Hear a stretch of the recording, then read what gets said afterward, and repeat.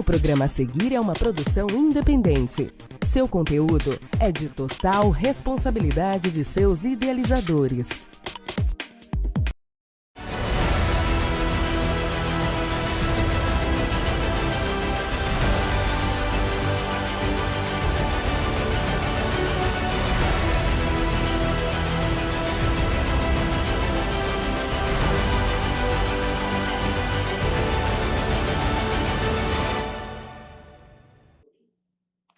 Olá, meus amigos, meus irmãos, mais uma vez juntinhos aqui para levar até vocês uma mensagem de autoajuda e de fé. Você já parou para pensar que muitas vezes em nosso dia a dia, em nossa vida, recebemos pedradas? Sim, são aquelas pedradas, são aqueles acontecimentos que nos magoam, que nos entristecem, que ferem a nossa alma. Todos nós, em algum momento, vamos passar por um momento assim tão desconfortável. Mas por que isso acontece?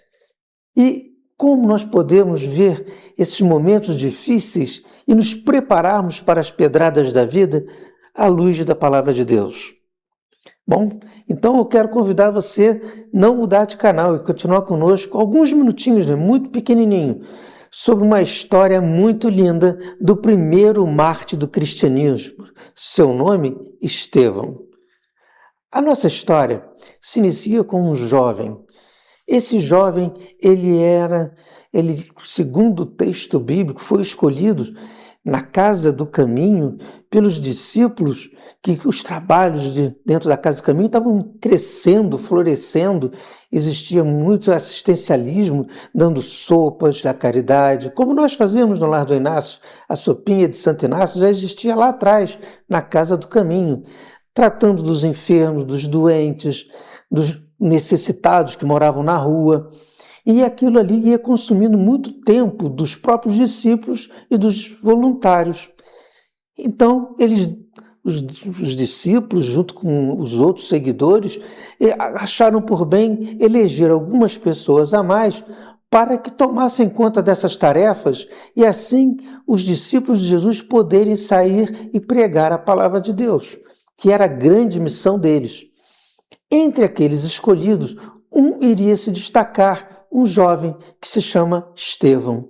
Esse jovem, é claro que ele, com o passar do tempo, ele começou a desenvolver um dom que surpreendeu a todos, que era o dom da palavra. Ele tinha uma vocação, uma habilidade com a palavra que ele convertia muitas pessoas. E como o próprio texto sagrado nos fala, ele era cheio do Espírito Santo, ou cheio do poder de Deus. E com isso ele realizava milagres e prodígios. Mas nem tudo são flores. Quando você começa a se destacar em alguma coisa na sua vida, quando você começa a fazer alguma coisa diferente, quando você começa a crescer, é claro que vai surgir aqueles olhares de críticas, de inveja, apontando para você. Você vira um alvo quando isso acontece. Porque as pessoas não estão satisfeitas de ver o sucesso das outras. Ou se sentem inferiorizadas, ou não estão satisfeitos porque têm inveja de que ela está crescendo e eu não estou, e assim por diante. E isso, aquele ato de Estevão começou a crescer, a se alastrar ali pelo velho mundo, e todos queriam escutar a palavra daquele jovem. E ele realizando aqueles milagres, aqueles prodígios, que era impondo as mãos e curando as pessoas. Foi um determinado dia, então, que o próprio Paulo de Tarso, até então se chamava Saulo, ele presenciou uma das curas daquele jovem, e ele ficou indignado e começou a debater com Estevão de que o que ele estava pregando não era verdade, era contra as leis de Moisés da época. Porém, Estevão era muito hábil nas palavras e era doce, ele não aumentava a voz, ele era pacífico. E ele então começou a desmontar todos os argumentos do Saulo, que seria o Paulo de Tarso.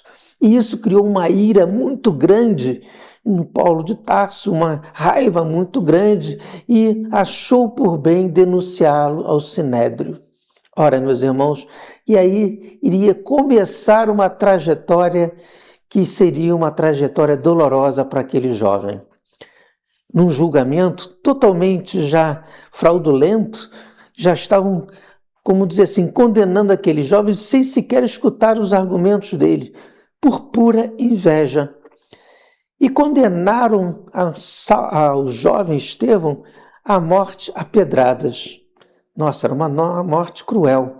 E para isso, arrastaram ele para fora da cidade. Mas antes o prenderam, o açoitaram, o chicotearam, o humilharam. Quantas pessoas hoje também não estão presas, muitas vezes, a um processo que ela se sente humilhada, presos a um casamento que está falido, cujo um dos cônjuges o humilha, o põe para baixo, o tira o estímulo. Quantas pessoas também estão sendo açoitadas por problemas atrás de problemas, questões atrás de questões. Faz parte da vida, sim, são as pedradas que recebemos. Mas aquele povo decidiu, então, como a lei exigia, arrastaram Estevão para fora das muralhas da cidade, arrancaram a sua roupa, o prenderam a uma coluna e levantaram para apedrejá-los. Repare, meu irmão, pela lei da época, eles então pegaram as roupas daqueles e depositaram aos pés de então Saulo, para que ele então autorizasse que aquele jovem fosse apedrejado. E ele consentiu. No momento que ele estava sendo apedrejado, naquele momento de dor e sofrimento, diz o texto sagrado que ele olhou para o céu. E isso é muito importante. No momento que você está sofrendo um apedrejamento, no momento que você está sendo caluniado, no momento que você está vivendo um momento difícil, não fique olhando para as suas feridas. Estevão não ficou olhando para as feridas no seu corpo, ele não queria ter dó de si mesmo, ele não queria ter autopiedade. Não devemos ter autopiedade da gente, porque o que nós estamos passando muitas vezes são frutos daquilo que nós provocamos que ocorressem. Por outras vezes, está no nosso destino, uma forma de aprendizado. Nós não temos que ficar nos vitimizando. Ai, coitado de mim. Ai, eu não merecia isso. Olha como é que eu sofro. Tem pessoas que adoram se fazer de vítima e valorizar as pedradas que recebem. Mas ele também, Estevão, não ficou olhando para os agressores. Não, porque ele iria ficar com raiva dos agressores, daquelas pessoas que estavam fazendo mal a ele. Ele não queria isso. Então você não deve ficar olhando para aqueles que te agrediram, te caluniaram, te processaram. Siga em frente e faça como Estevão. Sabe o que ele fez? Olhou para o alto. E o que ele viu a glória de Deus. Olhe para o alto, seja otimista, acredite, não fique se lamentando. Vá em frente, resolva o problema, tome uma atitude diferente, porque todos nós que queremos crescer em algum momento da nossa vida, vai ter alguém que vai ter inveja de nós. Você mesmo que está nos assistindo deve conhecer alguém que tem inveja de você. E por ter inveja é porque não consegue fazer aquilo que você faz. Não consegue ter aquilo que você tem, não consegue ser aquilo que você é. E aí querem te caluniar, querem te prejudicar, querem puxar o tapete. Mas Estevão nos ensina que mesmo nesses momentos adversos, nós temos que sempre olhar para o alto. Então, meus irmãos, prepare-se para as pedradas da vida. E preparando é tendo Jesus no coração, alimentando-se de fé e sendo otimista para que você consiga vencer esses momentos difíceis. Bom, essa mensagem rapidinha terminando aqui, mas eu queria que você, enquanto eu vou tomar um cafezinho, você não muda de canal não. E já voltamos com a nossa filantropia, minha prestação de contas para vocês que nos ajudam. A mais tradicional loja infantil de nossa cidade. Anriade, a primeira loja de criança e enxovais para recém-nascidos da Rua Teresa. O melhor preço e um atendimento carinhoso para as mamães só na Anriade Moda Infantil. No início da Rua Teresa, esquina com Visconde de Bom Retiro. Anriade, desde 1977, com preços imbatíveis.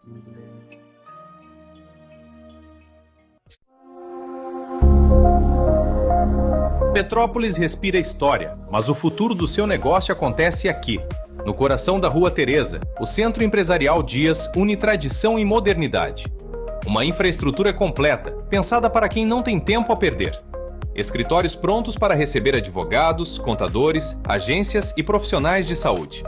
E o grande diferencial, um polo audiovisual de ponta, onde a criatividade ganha forma. Mais que um endereço, um ecossistema de networking e parcerias estratégicas. Conforto para você e para o seu cliente, com estacionamento próprio e segurança 24 horas. O lugar onde o business de Petrópolis acontece. Traga sua empresa para o Centro Empresarial Dias. Venha nos visitar hoje mesmo.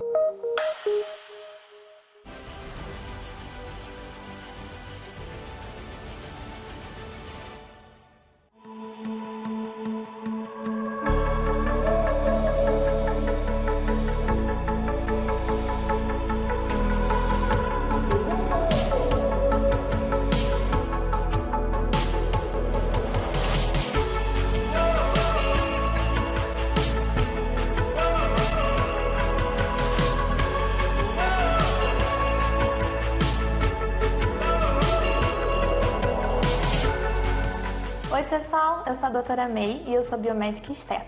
A biomedicina estética é uma parte da biomedicina em que visa cuidar do paciente a saúde, o bem-estar e a beleza dele, fazendo com que a gente consiga corrigir diversas funções que acontecem com o decorrer da vida, como por exemplo o envelhecimento ou disfunções corporais. Invista em você, invista na sua autoestima. Vem aqui no consultório me fazer uma visita que eu tenho certeza que eu tenho um tratamento que cabe no seu orçamento.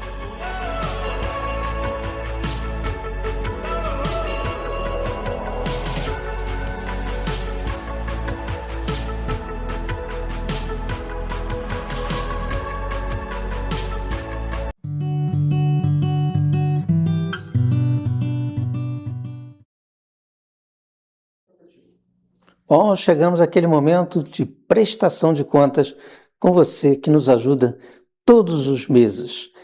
Eu quero agradecer por cada quilinho de alimento que nos é ofertado. No Lar do Inácio agora estamos fazendo a campanha do cobertor, porque o frio está chegando e muitas vezes é necessário que nós possamos doar os cobertores às nossas famílias, temos muitos idosos. E nesse frio que está fazendo, é necessário dar algo para aquecer os idosos e as nossas crianças. Então nós estamos na campanha do cobertor, mas continuamos também dando, dentro da nossa medida do possível, as nossas 100 cestas básicas mensais que ajudam no sustento das nossas famílias, contribuindo com cada uma delas no momento que nós estamos todos os meses com mais de 250 pratos de sopa, que nós carinhosamente chamamos de sopinha de Santo Inácio, que é a sopinha não só para alimento do corpo, mas um momento para o alimento da alma. Esse momento é importante porque às vezes essa sopinha que nós damos é o único alimento do domingo daquelas famílias, idosos, gestantes, crianças. É um trabalho que é feito à mão de todos os nossos voluntários, com carinho, com amor, porque não é só entregar a sopa, tem o trabalho de preparar a sopa com carinho, cortar os legumes, descascar a batata, cortar a carne. Isso tudo só é possível graças à generosidade de cada um de vocês que nos auxiliem. De coração, eu quero pedir a sua ajuda, porque os nossos estoques hoje estão vazios. Realmente estão zerados, estamos passando um momento de grande dificuldade e cada ajuda sua é muito importante para manter essa obra seguindo em frente e vencendo todas as dificuldades.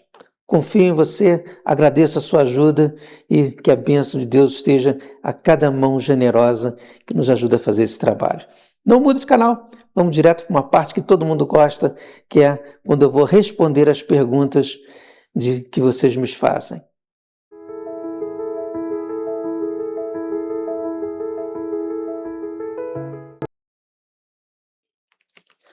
Bom, então vamos lá. Chegou o momento de responder algumas perguntas e eu acho que essas são bem bacanas. Primeira, olha, essa pergunta todo mundo me faz. para onde eu vou depois da morte? Essa é a pergunta que todos nós queremos saber. O que acontece? Para onde eu vou? Olha, primeiro de tudo, vamos responder à luz da Bíblia. Jesus disse, minha morada não é deste mundo. Mas ele também vai dizer, há muitas moradas na casa do meu Pai. Então isso quer dizer o quê? Que existem vários planos de existência. Existem várias moradas no plano espiritual. Nós somos um espírito vivenciando uma experiência num corpo físico, num corpo material. E é claro, nós vamos para aquele lugar que nossa alma tem mais afinidade. Então, é aquela questão da sintonia, é para lá que eu vou. Então, de acordo com a minha sintonia, eu vou para um plano de existência. Se a minha sintonia for mais alta ainda, mais pura, né, vibrando mais amor, ela vai para um plano acima de qualquer outro plano. E assim a gente vai crescendo espiritualmente. Vou encontrar com algum parente? Olha, isso tudo vai depender, sim. Se o seu parente for mais evoluído que você não vai encontrar, porque ele vai estar no estágio, você vai estar em outro estágio. Mas ele pode te visitar. Você não vai ter condição de ir até ele. Então, tudo vai depender da sua faixa vibratória, da sua postura, enquanto aqui vivenciando essa experiência, e da sua sintonia, da sua vibração, da sua afinidade. Assista essa explicação que você vai entender direitinho como funciona.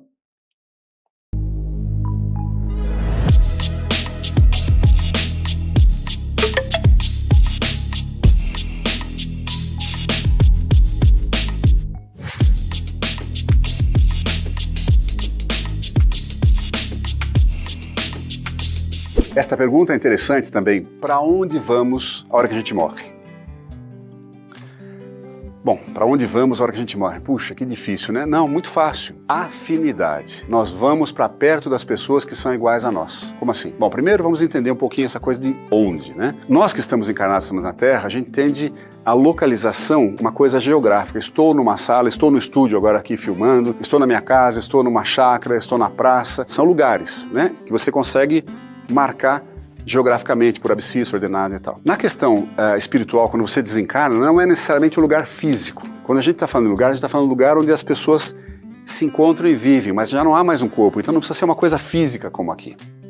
Mas para onde você vai? Você vai para onde merecer ir, você vai para onde precisar ir. Assim como nós encarnamos aqui na Terra, que precisávamos encarnar na Terra, que não é um lugar tranquilo, não é um lugar de prazer, de alegrias apenas, é um planeta ainda atrasado, onde espíritos atrasados como nós, como eu e você, encarnamos, para que aprendamos, para que aceleremos nosso aprendizado intelectual e moral, assim como a gente encarnou aqui porque precisava, ao desencarnar também a gente vai para onde precisa. E que lugar é esse? Esse lugar varia de pessoa para pessoa. Vamos pegar um exemplo? A minha avó Amália, minha avó por parte materna. Eu acho que ela era uma pessoa super avançada, desenvolvida, interessante. Tinha lá seus defeitos, como todos temos. Tinha suas dificuldades, como todos temos. Mas era uma pessoa espetacular. Suponhamos que minha avó Amália seja o espírito mais avançado que eu, mais experiente que eu, que compreende melhor as coisas que eu, menos ignorante do que eu. Para onde irá minha avó Amália? Se ela é tudo isso que eu disse, ela vai para um lugar, digamos, aqui. E a hora que eu desencarno, eu vou encontrá-la, eu vou estar com ela? Não, necessariamente. Se eu sou um espírito menos avançado, eu estarei aqui, por exemplo. Eu tenho acesso a ela que está num lugar mais avançado que eu? Não, não tenho. Por que não tenho? Não tenho acesso a um lugar onde estão espíritos mais avançados, porque eu faria uma confusão lá. Na minha ignorância, na minha brutalidade, né? No meu atraso de caráter ainda, não é permitido que eu acesse lugares onde os espíritos mais avançados estão. Por quê? Porque ali reina a paz, ali reina a harmonia, a tranquilidade, o bem-estar, a boa vontade, a boa relação entre os espíritos. Se chega um atrapalhado lá, vai fazer uma confusão. Então ali ele não pode entrar. Não tem acesso. E o contrário, um espírito que está no lugar mais avançado pode vir visitar um que está no lugar mais atrasado? Sim, pode. Por quê? Porque ele tem conhecimento, ele tem a tranquilidade para atuar mesmo em lugares mais complicados, né? Então, esse intercâmbio, ou para onde nós vamos aonde for adequado ao nosso aprendizado, onde for adequado à nossa melhora. E ficamos desencarnados um tempo, estudando, aprendendo, avaliando como foi a nossa última encarnação, onde a gente acertou, onde a gente errou, o que a gente podia ter feito e não fez, o que a gente podia ter feito e fez. Tudo isso está sendo avaliado ali, para que nós nos preparemos para uma próxima encarnação. Mas enquanto estamos encarnados, onde quer que estejamos, também estamos aprendendo, também estamos progredindo, evoluindo.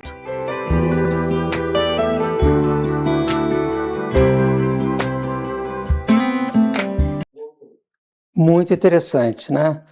Bom, agora vamos a outra pergunta que eu tenho certeza que você também vai gostar. O que atrapalha o nosso desencarne? Qual o fator que pode dificultar o nosso desencarne? A nossa partida para o outro lado, para um lugar bacana, um desencarne suave, tranquilo. O fator que mais atrapalha, sabe o que é? O apego demasiado às coisas. Muitas pessoas são apegadas, não, a minha casa, aqui ninguém entra quando eu morrer, ao meu carro, esse carro ninguém vai tocar, isso era meu. Muitas pessoas são apegadas, sou apegado demais à minha esposa, aos meus filhos.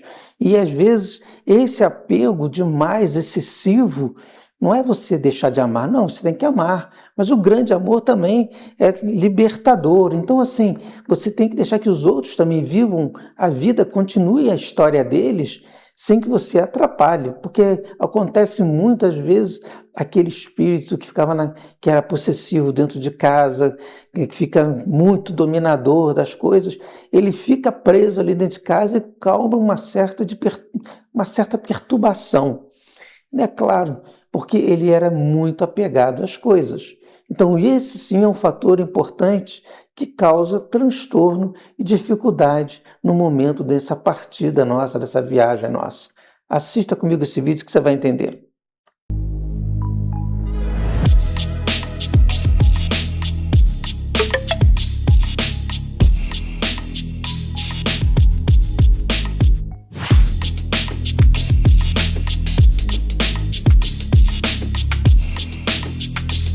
A pergunta é: o que mais nos atrapalha na hora da nossa morte? O que mais nos atrapalha na hora do nosso desencarne? O que você acha que é? Fácil. O que mais atrapalha a todos nós no nosso desencarne começa com A e acaba com pego.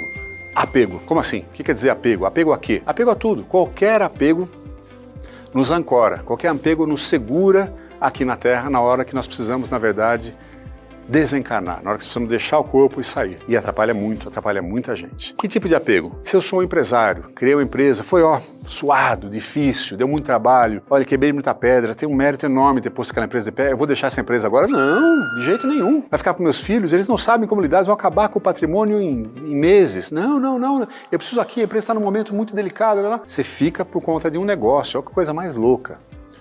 Outro apego ao suposto amor. Eu amo minha mulher, eu amo meu marido, eu amo meus filhos, eu não vou deixá-los. Não, imagina, as crianças estão pequenas, como é que eu vou deixar? Não é incomum, em centro espírita, casos de obsessão, onde em geral o marido, mas também às vezes a mulher. O marido está junto da esposa por, entre aspas, amor. Eu amo ela, eu não posso deixá-la. E ela não vai casar com ninguém porque ela é minha mulher. Isso é amor ou isso é apego? Isso é amor ou é obsessão? Ele acaba atrapalhando aquela moça. Ela acaba atrapalhando aquele moço, os casais acabam se atrapalhando, por quê? Porque acha que o outro pertence a si. Não, amor é querer o bem do outro, deixar ele ou ela seguir sua vida, se assim for o momento, né? Qualquer tipo de apego nos atrapalha. E aí Sêneca tem mais, acho que é o Sêneca, não, Guimarães Rosa, desculpe, Guimarães Rosa tem uma frase linda, também está aqui no meu livro Na Morte, diz o seguinte, olha que pensamento maravilhoso, diz Guimarães Rosa, poeta, escritor na verdade brasileiro. Deus nos dá pessoas e coisas para aprendermos a alegria. Depois, retoma coisas e pessoas para ver se já somos capazes da alegria sozinhos. Essa a alegria que Deus quer. Olha que lindo. Deus nos dá coisas e pessoas para a gente viver aqui. Depois Ele toma de volta. Está emprestado, não é seu. Nada é nosso. A gente não leva nada daqui. E se a gente conseguir conviver com a, entre aspas, perda, ou melhor, com a devolução daquilo que não nos pertence, com tranquilidade, esse é o amor, essa alegria que Deus quer. Lindo, né? Eu acho que é exatamente isso. Guimarães Rosa matou a pau ali. Nosso corpo não nos pertence, ficará aqui.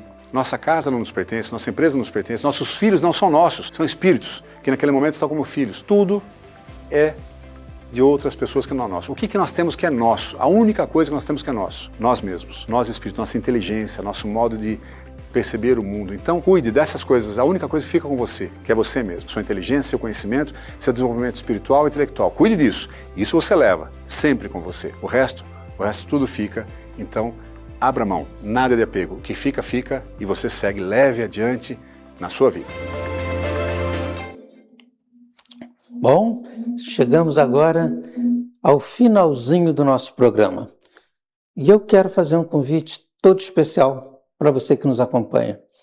Hoje, quinta-feira, nós temos a nossa reunião pública às 18 horas no Lar do Inácio de Loyola. E você é o nosso convidado de honra. Venha conhecer o trabalho do Lar do Inácio. Tire um tempo para você se alimentar espiritualmente da palavra de Deus, mas, sobretudo, um tempo para você se conectar com o Divino Criador. Lá você vai encontrar salas de tratamento que vão te ajudar muito a encontrar a paz, o equilíbrio, a se acalmar, ficar sereno, sair dessa ansiedade do mundo atual. Eu tenho certeza que você tira, porque na vida nós temos que tirar aquele momentinho, a gente tira para fazer uma academia, cuidando do corpo, né? A gente às vezes gosta de almoçar, jantar num lugar maneiro, né? Para distrair, mas temos que cuidar da nossa alma, da nossa essência. Então esse é o meu convite para vocês. E, é claro, nossa reunião pública era voltada para todas as crenças religiosas. Nosso lar é, sobretudo, um hospital espiritual. Temos um encontro marcado? Quinta-feira, às 18 horas, na Avenida Amaral Peixoto, 350, atrás do Palácio Quitandinha. Não perca, eu tenho certeza que vai ser uma experiência espiritual indescritível na sua vida. Até o próximo programa e que Deus abençoe o seu lar.